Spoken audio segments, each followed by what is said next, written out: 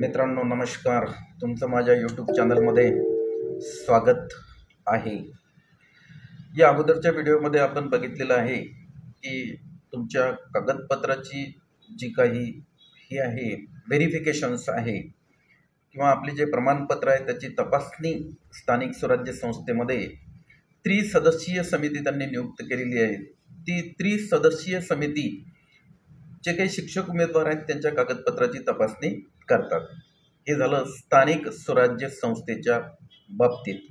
आता आपल्याला बघायचं आहे की खाजगी अनुदान प्राप्त ज्या काही शैक्षणिक संस्था आहेत किंवा ज्या शैक्षणिक संस्था अनुदानास पात्र आहेत. काही शैक्षणिक संस्था ह्या टप्पा अनुदानावर आहेत. टप्पा अनुदान जर आपण म्हटलं तर त्याच्यामध्ये 20%, 40%, 60%, 80%, 100%.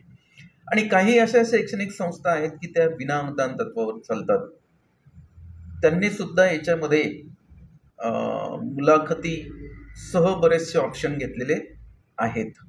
मग अशा शैक्षणिक संस्थेची जी काही निवड आहे ती निवड कशा प्रकारे केली जाते आणि त्यांचे जे प्रमाणपत्राची तपासणी आहे ती तपासणी सुद्धा कशा प्रकारे केल्या जाते ते आपल्याला बघायचं आहे. तर थोडीशी पार्श्वभूमी अशी सांगतो की तुम्ही सध्या काय केलेलं आहे की प्राधान्यक्रम तुमचे लॉक झालेले आहेत.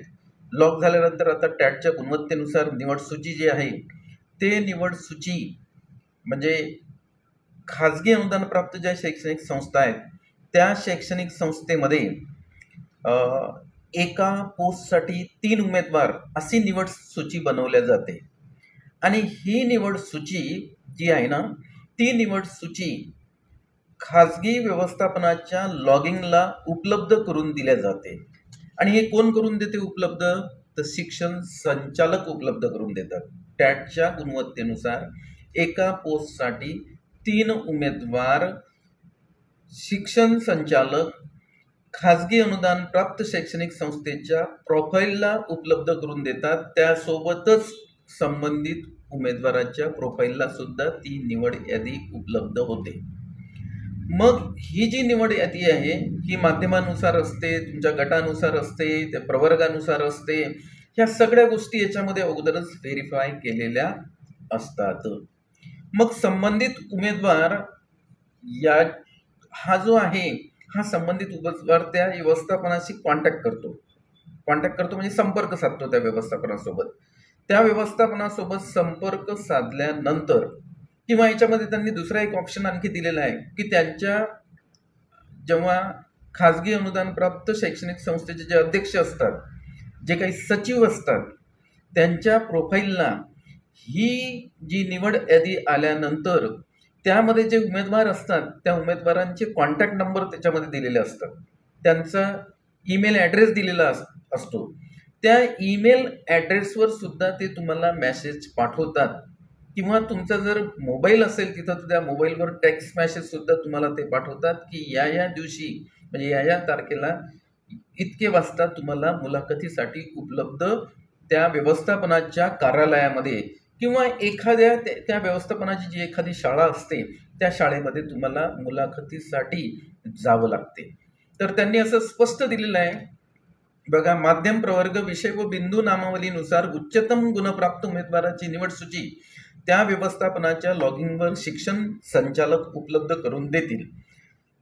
व्यवस्थापनाच्या लॉगिंगवर म्हणजेच जे काही खाजगी शैक्षणिक संस्थेचं जे काही प्रोफाईल आहे त्या प्रोफाईलवर ते अध्यक्ष किंवा सचिवाच्या नावे असेल त्या प्रोफाईलवर ते शिक्षण संचालक गुणानुक्रमे निवड सूची उपलब्ध करून देतील.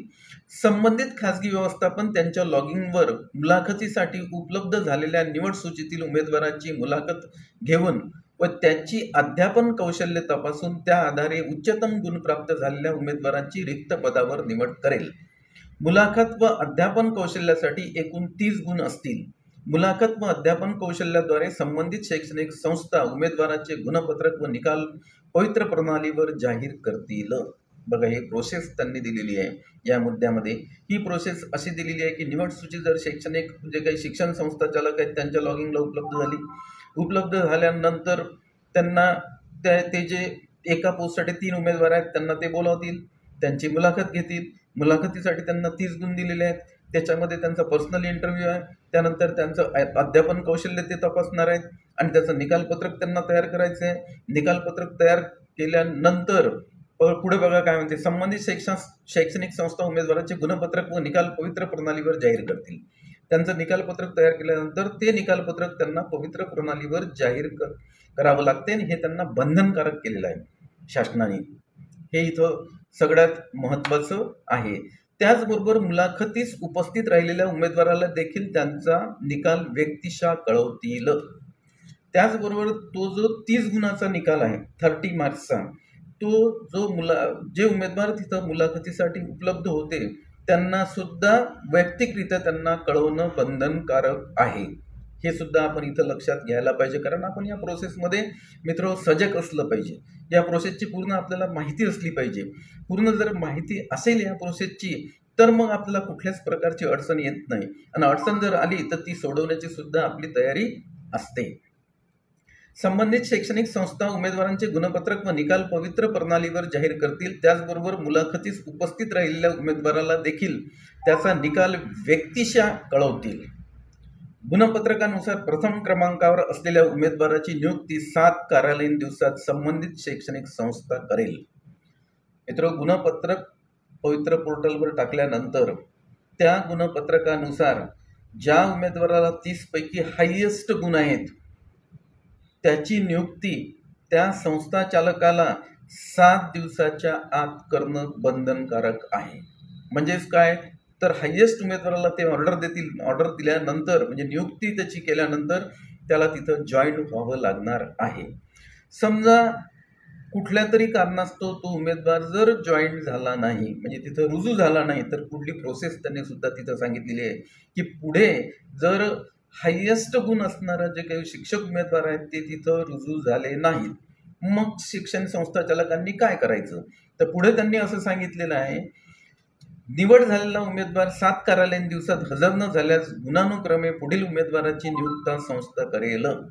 म्हणजे इनकेस समजा 3 उमेदवारापैकी जे पहिला उमेदवार आहे त्याला हायेस्ट मार्क्स आहेत, त्याला त्यांनी ऑर्डर दिली, त्याला सांगितलं की तुम्ही 7 दिवसाच्या आत जॉईन व्हा, पण काही कारणास्तव ते उमेदवार जॉईन झाले नाहीत, तर 2 नंबरच्या उमेदवाराला ते चान्स देतात. गुणानुक्रमे पुढील उमेदवाराला त्यांना चान्स द्यावा लागेल आणि त्यांना सांगावं लागेल त्यांना की तुम्ही 7 दिवसाच्या आत आमच्या या ऑफिसमध्ये येऊन जॉईन होऊन जा म्हणून.